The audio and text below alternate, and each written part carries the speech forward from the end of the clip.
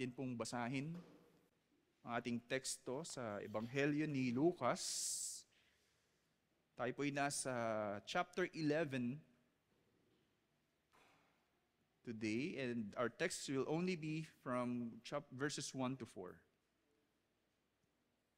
So Luke 11, verses 1 to 4. Church, hear the word of God.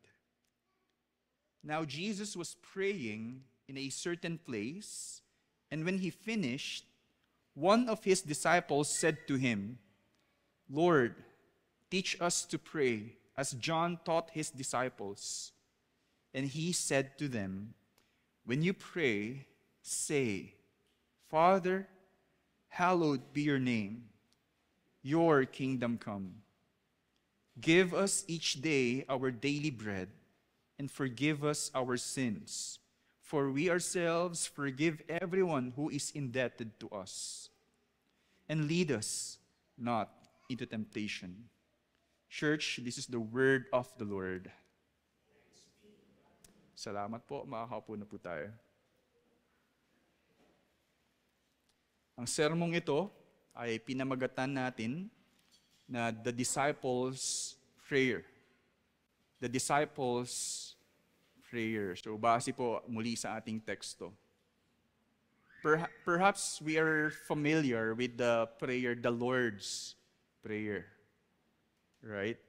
And usually yung version po ni Matthew, yung ginagamit po nating panalangin. Kasi actually, yung version ni Matthew, bagamat siya po yung naunang nagsulat, hindi po nangangahulugan na yun yung original na material. Pagdating po kay Matthew, ang assessment, inedit po yun ni Matthew na maging fit pag pinag-pray yun ng simbahan.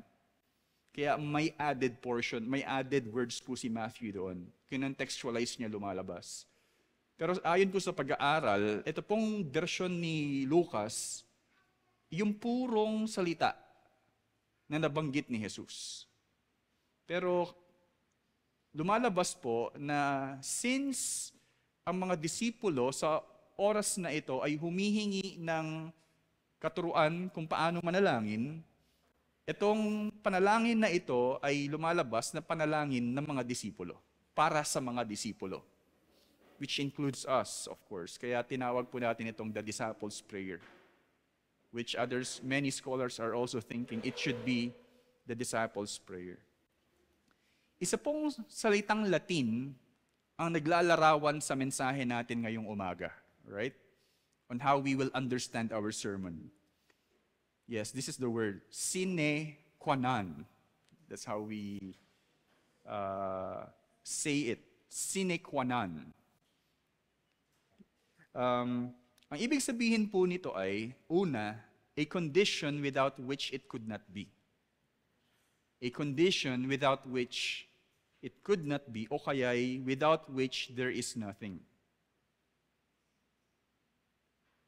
Paano ko ba masasabi ito? Halimbawa, yung sasakyan ay hindi aandar kung walang fuel. So it is inevitable na kailangang may fuel yung sasakyan. So, ang sasakyan ay sine qua non kung wala yung fuel.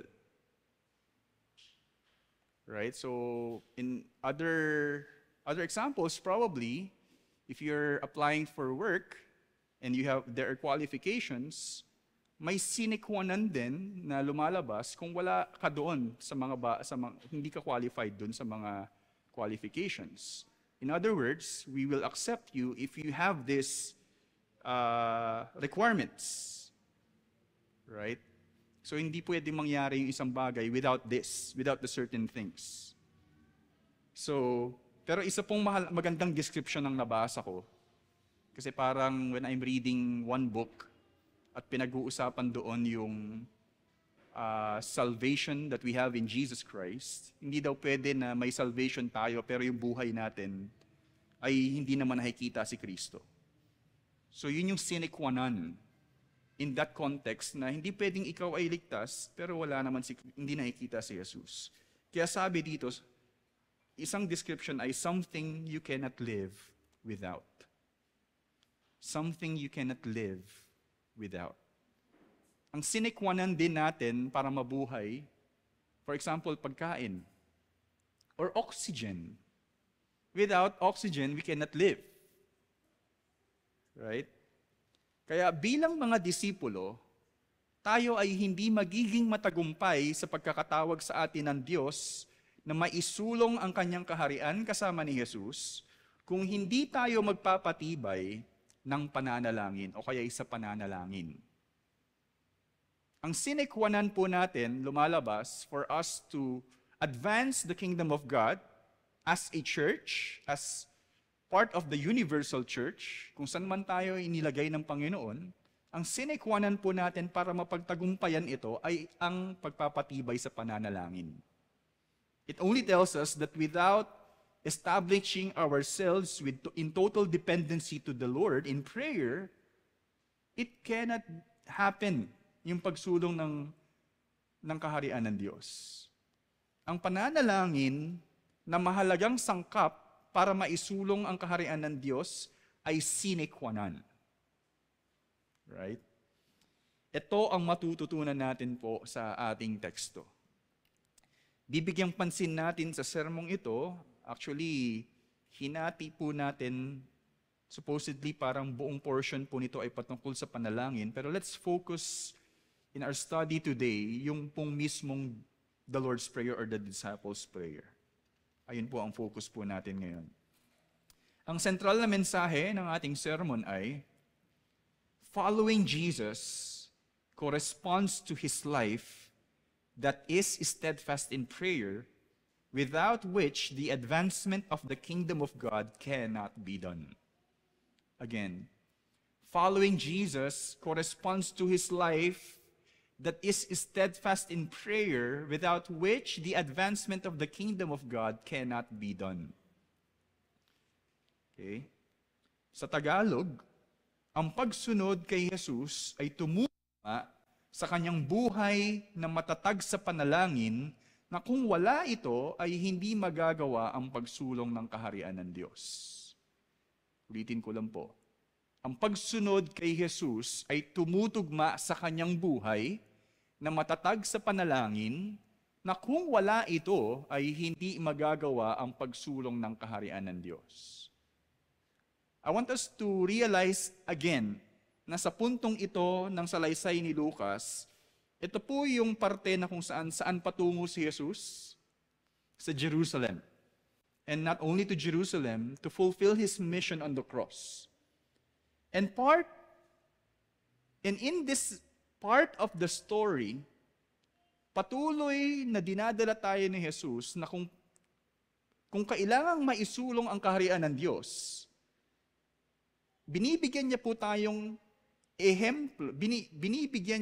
ehemplo kung paano natin maggagawa yung pagsulong ng salita ng Diyos, yung kaharian ng Diyos. In other words, just like Him, in this story, dumedepende siya patuloy sa pananalangin sa Diyos as He is fulfilling the mission of establishing the kingdom of God on the cross.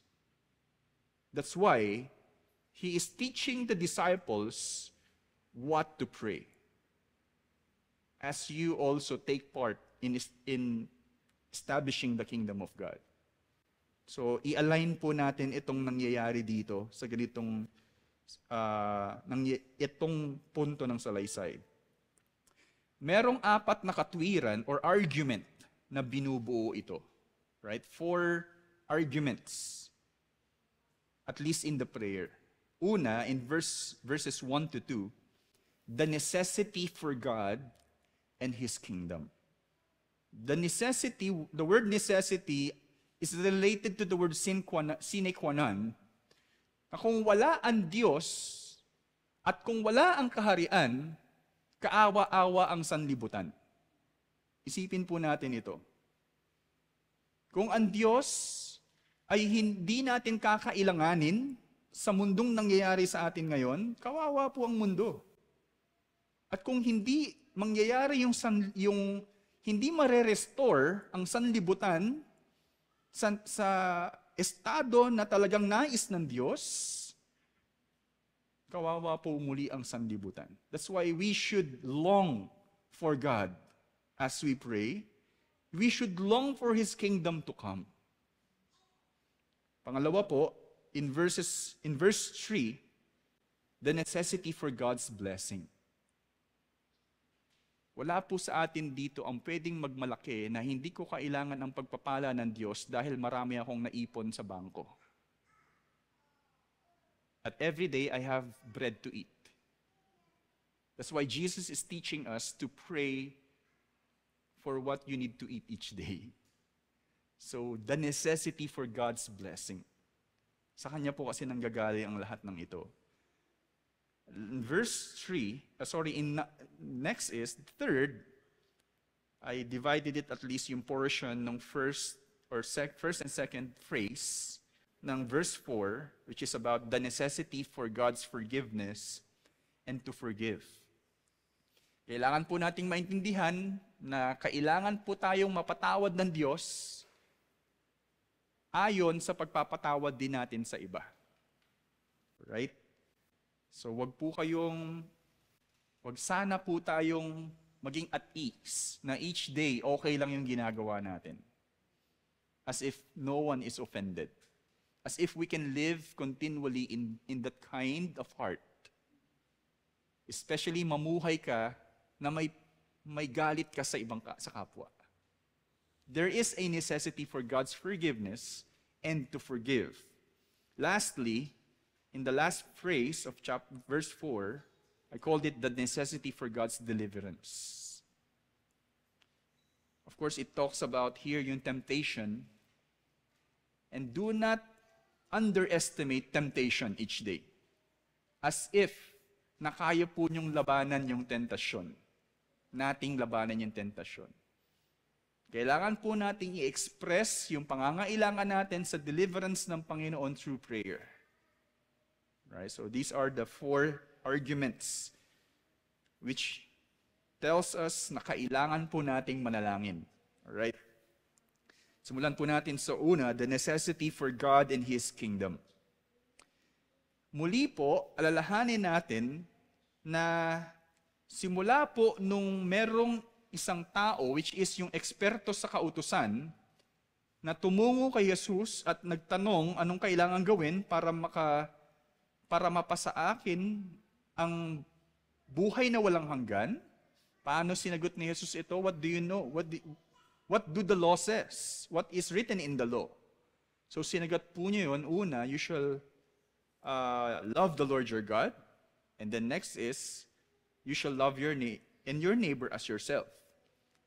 At least if we will follow along sa istoryang iyon, lumalabas po yung istruktura ng nangyayari ngayon ay parang binibigyang ehemplo patuloy ni Lucas na para malaman natin kung paano natin kailangang mahalin ang ating kapwa. This is the story of the Good Samaritan. And then last Sunday, sa i-preach po ni Pastor Cloyd in our text, lumalabas po ang focus naman po nun yung pagmamahal natin sa Diyos. Especially yung atensyon po ng ating pagsisilbi ay dapat patuloy na nakatuon sa pagnanais kay Jesus. Lalong-lalo na matuto sa Kanya. So it talks about our intimacy with God. How much more sa atin po ngayon lumalabas, mas nabibigyang diin na yung pagmamahal natin sa Diyos ay mas na-express through prayer. So ito po yung nakikita natin dito, na istruktura ni Lucas, binibigyan niyang punto, yung pundasyon ng ating pagmamahal sa Diyos. So sa panimula pong sinabi, sa verse 1, tingnan po natin, now Jesus was praying in a certain place, and when He finished, one of His disciples said to Him, Lord, teach us to pray, as John taught His disciples. Sa muli pong pagkakataon, napansin niyo po ba na si Lucas muli ay gumamit uli ng sitwasyon na kung saan si Jesus ay nananalangin. Napansin niyo po ba na ito na naman yung pagkakataon na kung saan bago niya mailahad yung nangyari, laging depende ito sa pananalangin. When I tried to count, lumalabas po 5th time na po ito. Nasa chapter 11 pa lang po tayo, na parang ang konteksto ay pananalangin. Si Zechariah, I think, in the temple, si Jesus nananalangin, and also hanggang ngayon, nananalangin si Jesus. Nabibigyang diin po ni Lucas ang kahalagahan ng pananalangin sa atin pong pagsulong ng kaharian ng Diyos. Kasi after po ng Lucas, Acts ang susunod. This is how we can appreciate yung pagkasalaysay ni Lucas. Pero dito po, mapapansin po natin na Jesus was praying in a certain place. Hindi po nabanggit kung saan yung lugar eh. Kasi again, lumalabas po na kung si Jesus po ay patungo ng Jerusalem, bakit napunta kagad siya sa Bethany? Malapit na yun sa Jerusalem, doon sa lugar nila Martha and Mary. I think in the explanation last week, it seems na nilalagay po ni Lucas yung mga story na to para masuportahan yung tema na gusto niyang pag-usapan. So hindi po ang punto dito kung nasaan si Jesus, binibigyang pansin po dito yung paksaan ng pananalangin. Okay? Yun po yung punto ni Lucas. Kaya we do not have to stress ourselves sa bang lugar ito. Pinapakita rito sa kanilang panahon ang karaniwang pagnanais ng mga estudyante sa kanilang rabay na matuto ng partikular na uri ng panalangin. Sa panahon po nila, may kinikilala po silang guro. At bilang mga disipulo, they look up to their teachers. At sinasabi po na sa mga partikular na mga guro, meron po silang mga specific prayers to pray. Kaya sa pagkakataong ito, ganun din po yung pagkakatanong ng isang disipulo dito. In our prayer, Guro, ano po yung kailangan naming mga salita na sabihin sa pananalangin? So this is like a student, again, to his rabbi. So sa konteksto po nila, ganun po yung pagtingin nila sa mga rabbi. Sumunod rito, sabi sa verse 2, ito na po yung mismong panalangin, and he said to them, when you pray, say, Father, hallowed be your name, your kingdom come.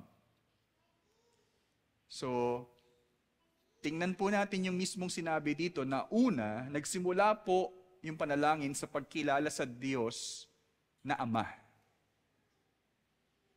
Na karaniwang ginagamit po ng mga Hudyo. Kasi pwede naman nilang sabihin Yahweh. Pero ang mga Hudyo, this is how they address Yahweh. Father. At sinasabi po, at least sabi po ni N.T. Wright, si N.T. Wright parang ang lagi po niyang konteksto, yung hindi yung konteksto natin, yung konteksto ng mga Hudyo. Sinasabi po na nung si Yahweh ay gusto pong iligtas yung mga Israelita sa Ehipto, alalahanin po natin yung mga Israelita ay naging slaves sa Egypt. And sabi nga, I heard their cries. Yung mga iyak daw po nila, sinabi kay Moises, nung ni-reveal ni Yahweh yung sarili niya kay Moises. At pagdating po kay Moises, sinabi po niya na, you shall say to Pharaoh, thus says the Lord, Israel is my firstborn son. Hindi ko po nailagay dito, no? Pero that was in Exodus 4:22-23. Hindi ko na lang po nilagay. Tinawag po ni Yahweh ang Israel na nasa Ehipto na my firstborn son. And if Pharaoh will not let go of my people, I will kill his firstborn son. Kaya yun pala yung nangyari doon. Pero think about this, tinatrato po ni Yahweh ang Israel na kanyang mga panganay na anak. That's why, in return, they call Yahweh Father. And ito nga po yung sinabi ni N.T. Wright. From then on, to call on God as Father was to invoke the God of Exodus, the liberating God. And then yung content po yung the Lord's Prayer, the God whose kingdom was coming, bringing bread for the hungry, forgiveness for the sinner, and deliverance from the powers of darkness. Kaya sa atin po, alalahanin din po natin na tayo ay kabilang na tinuturing ng ating Diyos Ama na kanyang mga lehitimong anak na unang nagmahal sa atin. Think about this. Tayo po ay tinatrato una ng Diyos na lehitimong anak bago pa natin siya tawaging ama.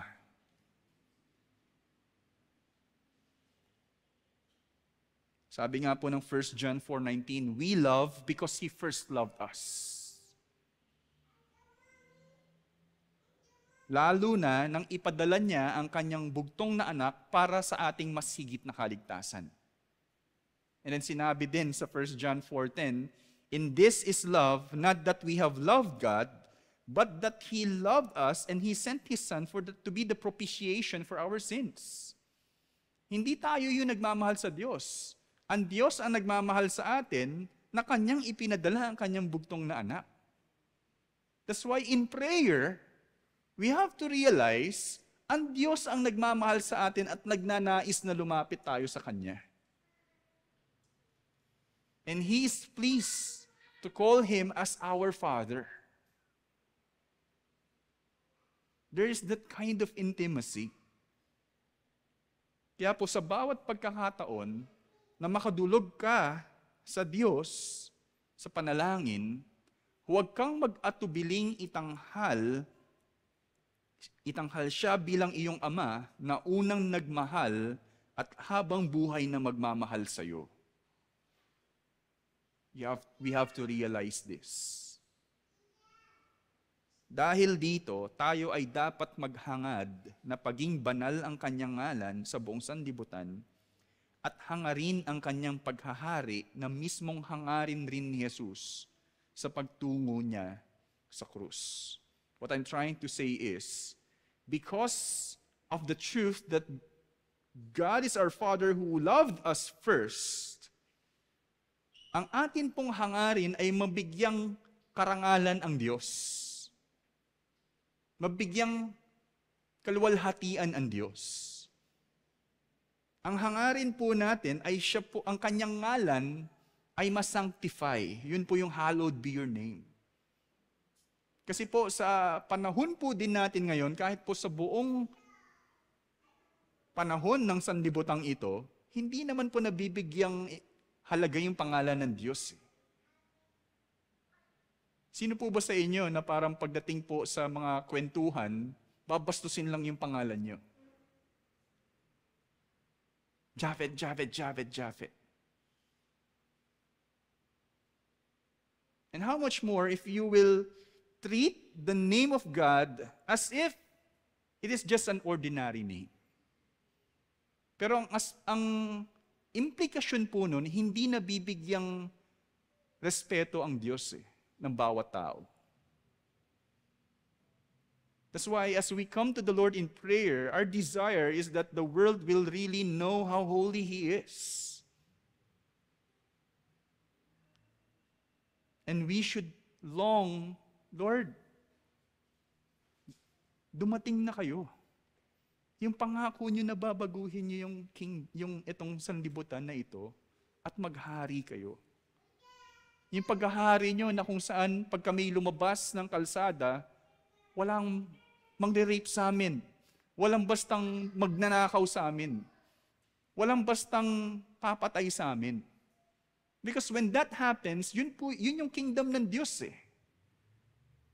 When that is happening in our place, naghahari ang Diyos.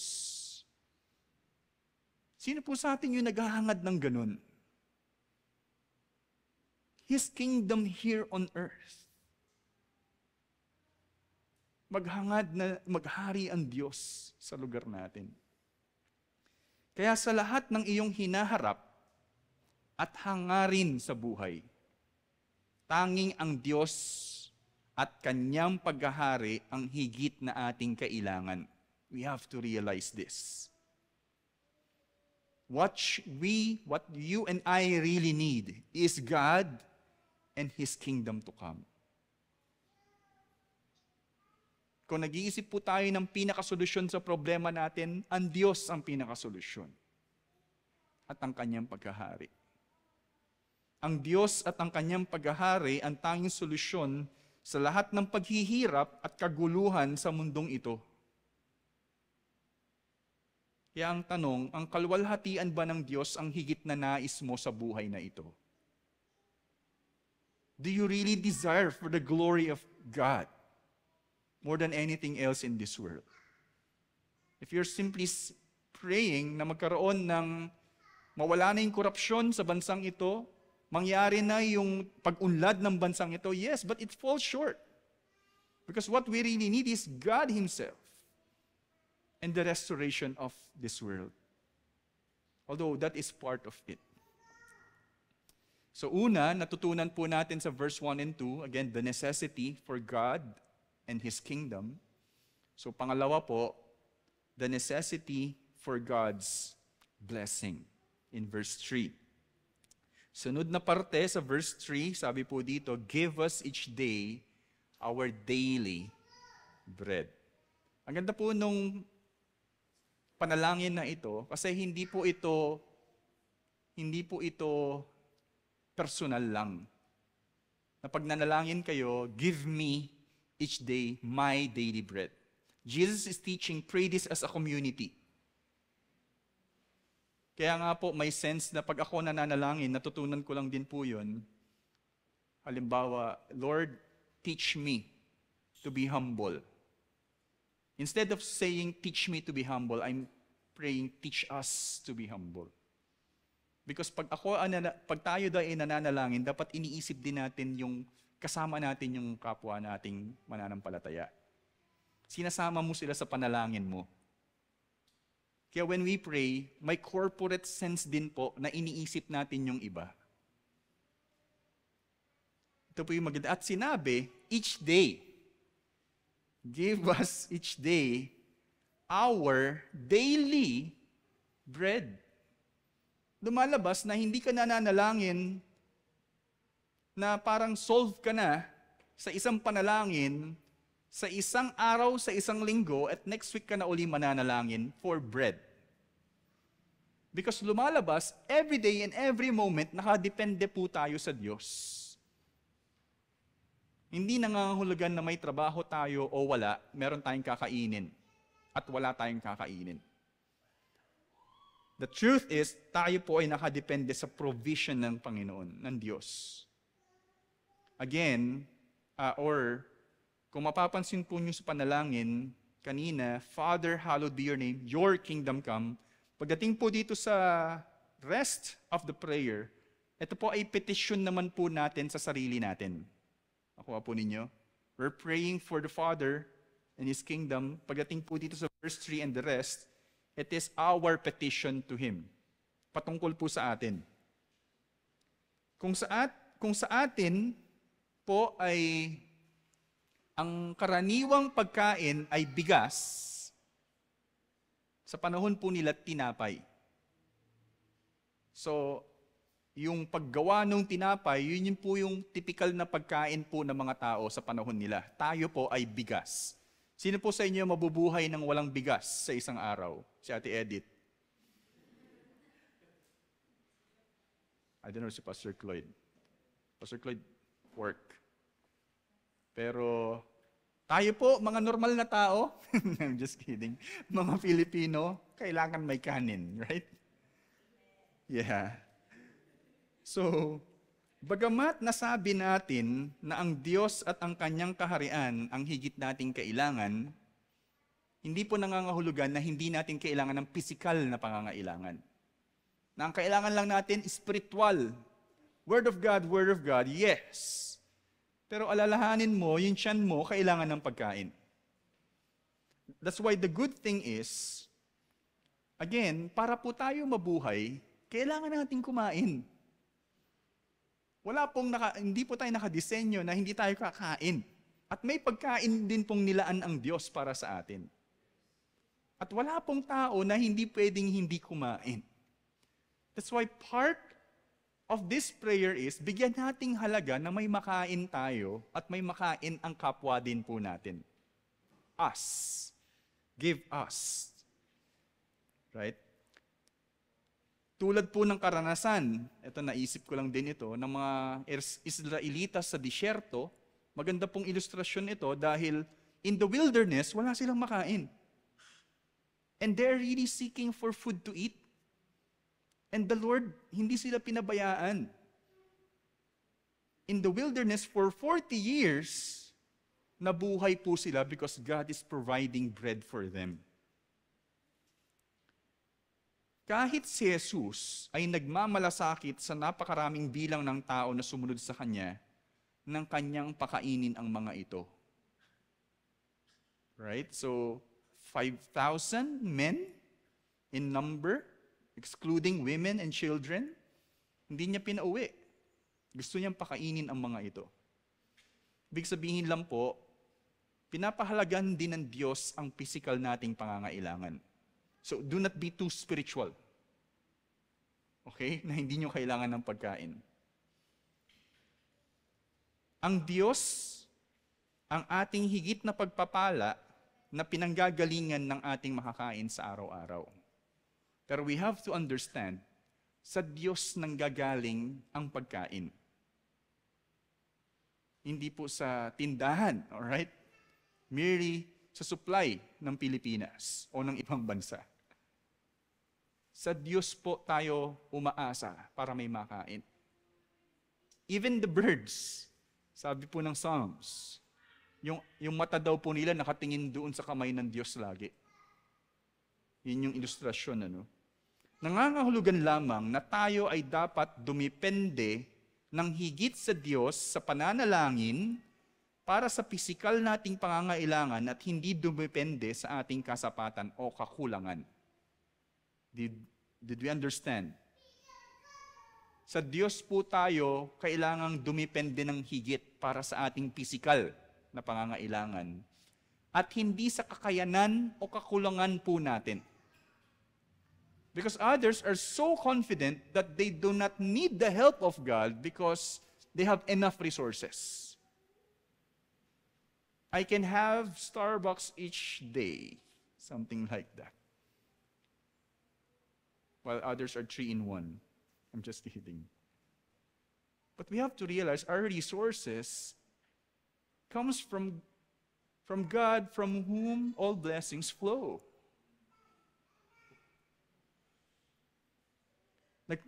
Ang tanong po dito ay, nagpapakumbaba ka ba sa Diyos sa pamamagitan ng pagdulog sa Kanya araw-araw para sa iyong pisikal na pangangailangan tulad ng iyong makakain, pati ng iyong kapwa? Hindi lang ng iyong sarili, pati ng iyong kapwa. For us as a church, wag po nating isipin na tayo ay masaya na ahain po tayo dito. I'm not trying to be a KJ also, pa nag-i-enjoy tayo sa pagkain. But we have also to be missional in a sense na yung mga kasama po natin, yung mga kapwa natin, ay mapagsilbihan din po natin sa ganung pangangailangan. Kaya bilang iglesia, ito ay dapat na petisyon natin. Ito rin ay dapat na petisyon natin, lalong-lalo na sa mga walang makain na matugunan ang kanilang physical na pangangailangan.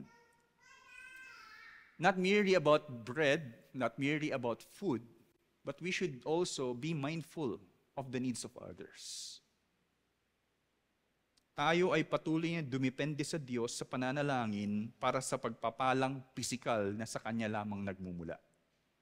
As a church, let's not hesitate to ask for what we need. Huwag po kayong mahinder ng paghingi ng basic needs po natin. So this is the necessity for God's blessing. Pangatlo po, the necessity for God's forgiveness and to forgive. Naisip po ba natin ito na kailangan na tayong mapatawad ng Diyos bawat araw? Kailangan din nating magpatawad sa kapwa. Sumunod na petisyon sa verse 4, in the first two phrases, it says, "And forgive us our sins, for we ourselves forgive everyone who is indebted to us." I don't know, in Matthew, "Forgive us our sins as we have forgiven those who have transgressed before us." Parang ganun din po yung sense. Binibigyang halaga rin ni Jesus sa panalangin ito ang pangangailangan natin na mapatawad ng Diyos at magpatawad sa kapwa. Again, Jesus is giving a value sa issue ng forgiveness. Halos nakabase, kung titingnan po natin dito, nakabase po yung petisyon sa panimula po nating aksyon para tayo mapatawad ng Diyos. Kasi sabi po dito, "Forgive us our sins, for we ourselves," or because we ourselves forgive everyone who is indebted to us. So nangangahulugan ba dito na humihingi tayo ng kapatawaran sa Diyos at sinasabi mo sa Diyos, "Patawarin mo ako, O Diyos, pinatawad ko nga yung yung nagkasala o yung nagkulang sa akin." Actually, this is a good kind of prayer kasi it seems we are forcing the Lord to forgive us kasi unang-una nagpatawad na tayo. I'm trying to analyze na parang, is this like we are twisting the arm of God para tayo mapatawad by first forgiving those who have transgressed against us? It seems na ganun po, pero hindi po tayo patatawarin ng Diyos base po sa righteousness natin, okay? Dahil sa ginawa po natin. Pinapahiwatig sa petisyong ito ang higit na pangangailangang kapatawaran ng Diyos sa ating kasalanan. Ang pinakapunto po dito ay tayo ay mapatawad ng Diyos. Ngunit, nakadepende ang taos-pusong paghingi natin ng kapatawaran sa Diyos base sa kapatawaran na una na nating ginawa sa ating kapwa. Kasi kung tayo naman ay babalikan ng Diyos, "If I will forgive you, well, have you forgiven also in the first place yung mga nagkasala sa iyo? Ba't kita patatawarin hindi ka nga marunong magpatawad?" Kaya kung akala natin, tayo ay patatawarin ng Diyos base sa initiative muna natin, well, God wants us to experience first yung pagpapatawad bago tayo patawarin ng Diyos. Pinapahiwatig rin, ito ay maaaring taliwas nga po. Kasi taliwas doon sa sinasabi na kaya nating magpatawad dahil pinatawad tayo ng Panginoon kay Jesus. Nakuha po ba ninyo yun? Na kaya lang tayo nagpapatawad dahil una, pinatawad tayo ng Diyos. Pero kasi dito, lumalabas, papatawarin tayo ng Diyos dahil pinatawad muna natin yung kapwa natin. Parang taliwas po siya, no? Pero dito po, pinapahiwatig pa rin na tayo ay walang karapatang humingi ng tawad sa Diyos kung tayo ay hindi muna marunong magpatawad sa mga nagkasala sa atin, base pa rin sa ginawa ni Jesus. I hope you get what I'm saying. Magagawa po nating magpatawad sa iba, base pa rin sa naranasan nating kapatawaran kay Jesus. Kaya po, ang katanungan ay ito. Kung iisipin mo ang laman ng iyong puso, let's consider this question.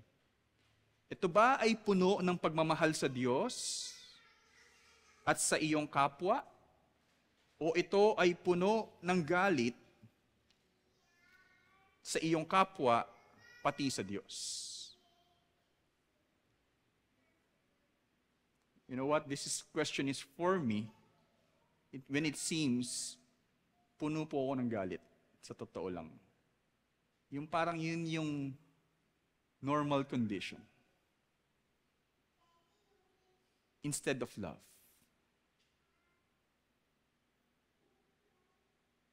Pero this tells us also na ito po yung normal na condition po nating lahat.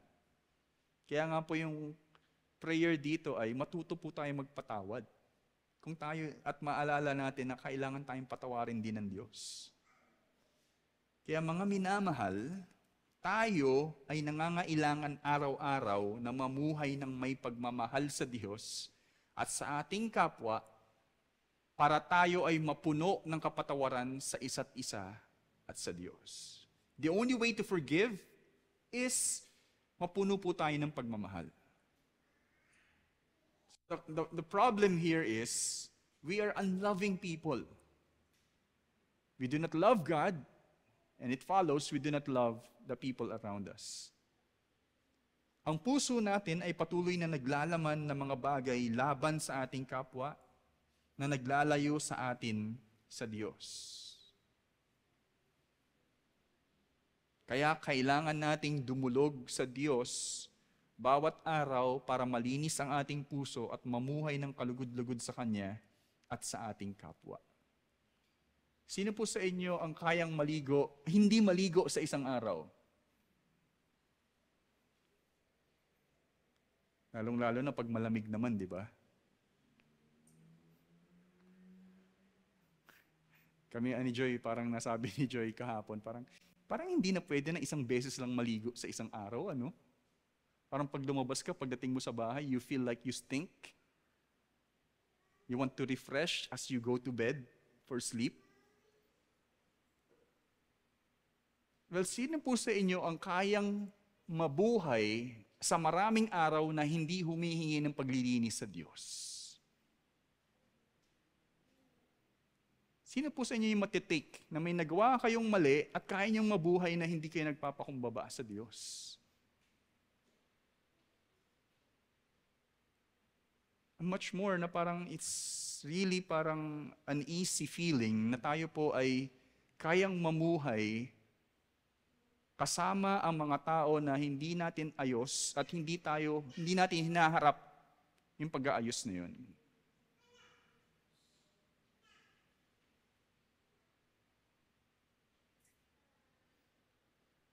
I hope you understand and you're seeing the need for forgiveness. The necessity also to forgive others. We cannot live like that. We cannot continue and smell bad. Kaya kailangan po nating dumulog sa Diyos para mapatawad at malinis. Lastly, the necessity for God's deliverance.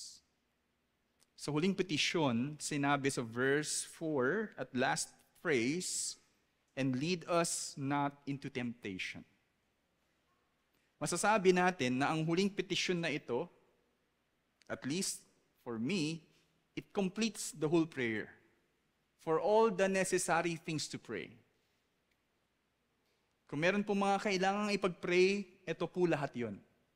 And the last prayer, at least, or part of the prayer, completes the whole prayer for me. Ito ay patungkol sa hindi maikakailang matinding pagsubok sa ating katapatan sa Diyos. We are all guilty na tayo po ay madiling masway palayo sa Diyos. Even for me. Maraming mga bagay na madali lang pagbigyan instead of the conviction of what the Word of God says. That's the sense of temptation. For Adam, not to eat of the fruit of the knowledge of good and evil, or trust in the Word of God, or disobey the Word of God.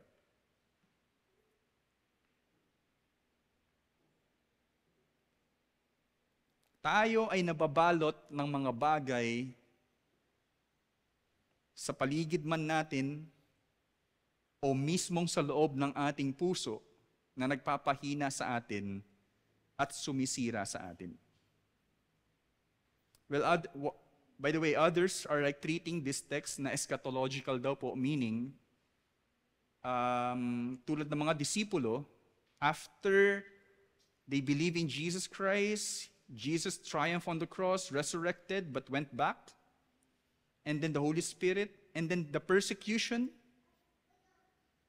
is oppressing them, forcing them to leave the faith. Ito yung temptation na matindi nilang haharapin. Temptation to deny Jesus Christ. Pero sinasabi din po, tayo din mararanasan po natin ito, pero isang parte lang po yun ang pwede nating masabi. Pero the truth is, marami pong umaagaw ng pagmamahal natin sa Diyos. Maliit man o hindi. Ang tentasyon ay sobrang lakas na naranasan mismo ni Jesus kay Satanas. In the wilderness, for 40 days, sabi nga, hindi lang daw parang halos isang araw lang nangyari yun, parang lagi siyang binubuyo ni Satanas.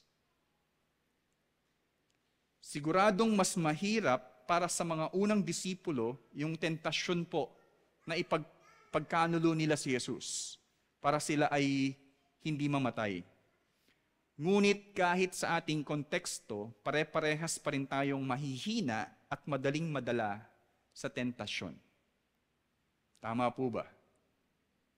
We are all facing this kind of force of temptation.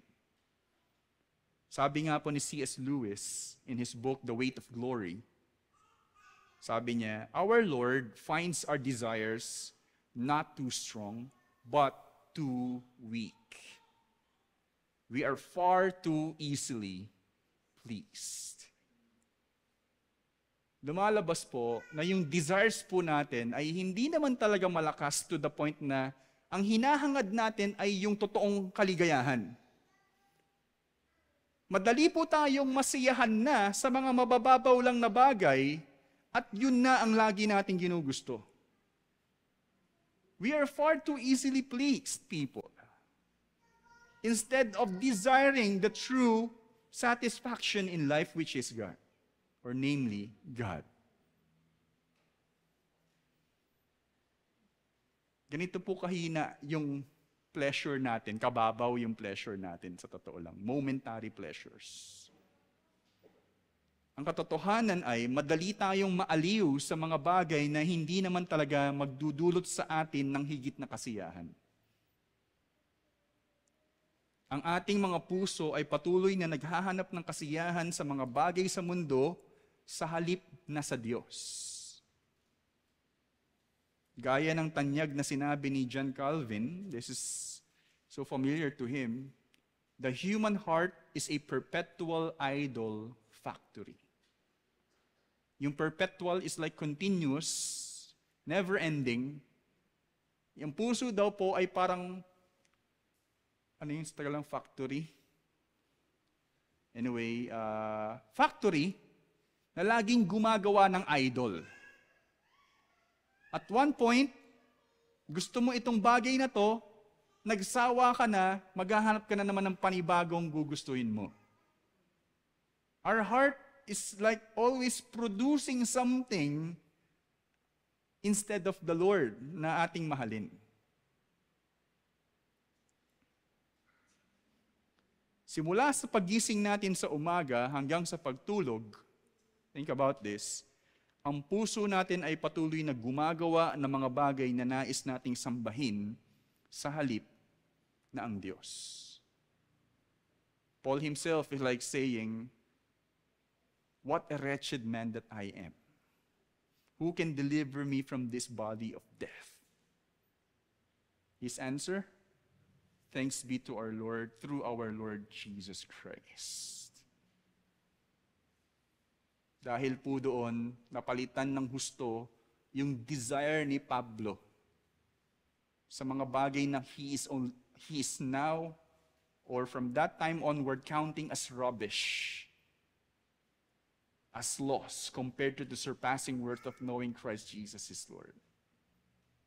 He was able to give up everything for the sake of the greater pleasure who is Jesus Christ. Who can deliver us from this? Jesus Christ. And we need such deliverance. Kaya ang tanong, anong mga bagay kamakailangan recently ang mas madali mong tuunan ng pansin kaysa sa Diyos? Oh, let's humble ourselves. We are all guilty of this. We are far too easily pleased creatures. Tanging grasya at kalakasan ng Diyos sa banal na Espiritu mula sa kanyang salita ang magdadala sa atin tungo sa katagumpayan sa ating mga tentasyon. Jesus Christ, when he was tempted, he simply depended on the Holy Spirit and trusting in the Word of God. The psalmist also says, I think Psalm 119, I'm not sure, but I have hidden your word in my heart that I might not sin against you. I need that. Even the memorization part. As the very weapon against the enemy. Kaya, kapatid, dumulog ka sa Diyos araw-araw. Or if you didn't understand, you need to pray each day. Sa atin pong pagtatapos, alalahanin natin na ang panalangin ito ay para sa mga disipulo ni Jesus na kanyang tinawag para maisulong ang kaharian ng Diyos gaya ng pagtungo ni Jesus sa krus. Jesus, I love the other comment na sinasabi, among all the things na gustong ituro daw po ni Jesus sa kanyang mga disipulo ay pananalangin. Marami siyang tinuturo sa kanyang mga disipulo. Ang pinakagusto niyang gawin ng kanyang mga disipulo ay manalangin. Kaya po lumalabas, kung tayo ay hindi mapagtitibay ng Diyos sa pamamagitan ng pananalangin, mabilis lang tayo madala palayo sa layunin ng Diyos sa atin. Do not wonder why you are easily led away from the Lord. If in the first place, we are not battling or wrestling to God in prayer.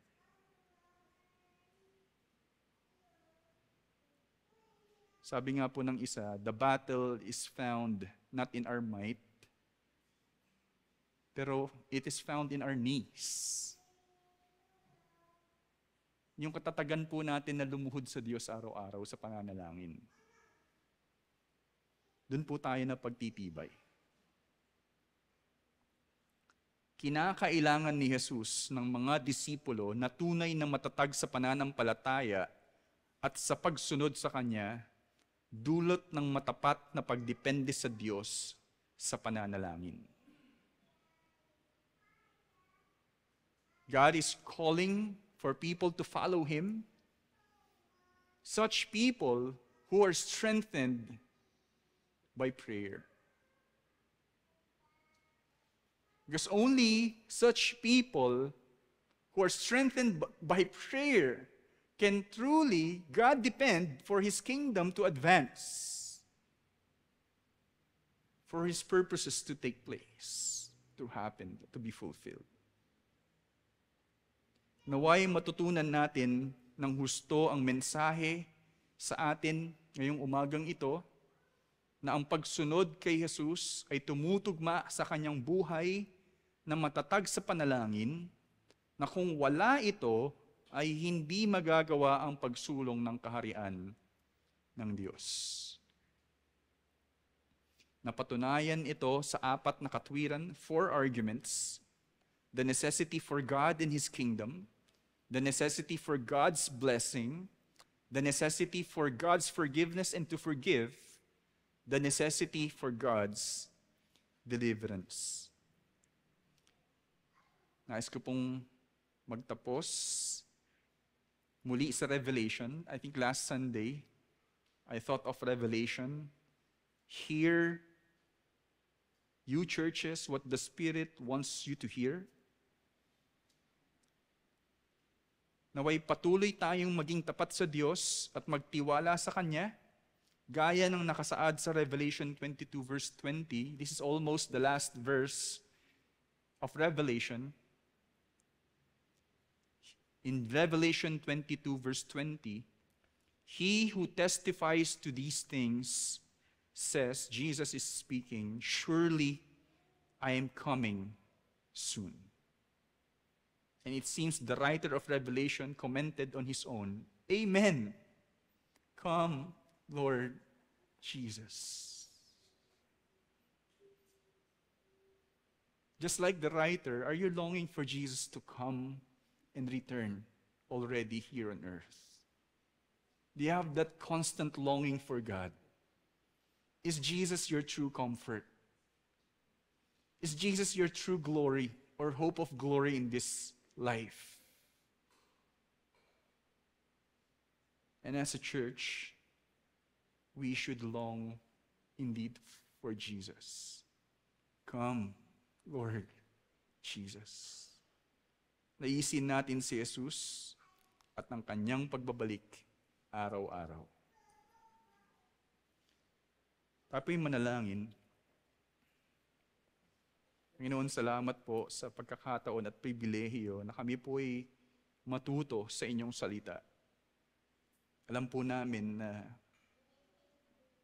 sa amin din pong pananampalataya, kung kami po ay hindi didepende sa inyong salita, kami rin po ay hindi magpapatuloy sa buhay na ito. Gayun din po, O Diyos, ang amin pong pagdulog sa inyo.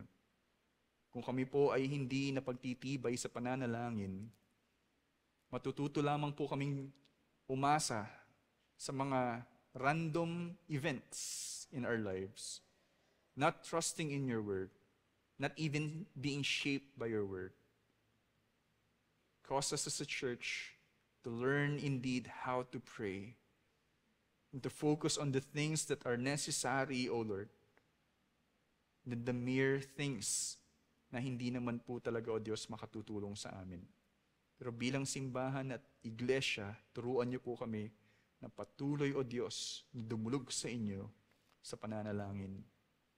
Ikaw na amin pong tunay na kasiyahan at kabutihan sa buhay na ito. Pagtibayin niyo po kami para po kami po'y maging tapat na inyong mga lingkod para po sa dakilang plano ninyo sa mundong ito. Salamat muli, ito pong aming dalangin sa pangalan ni Jesus. Amen.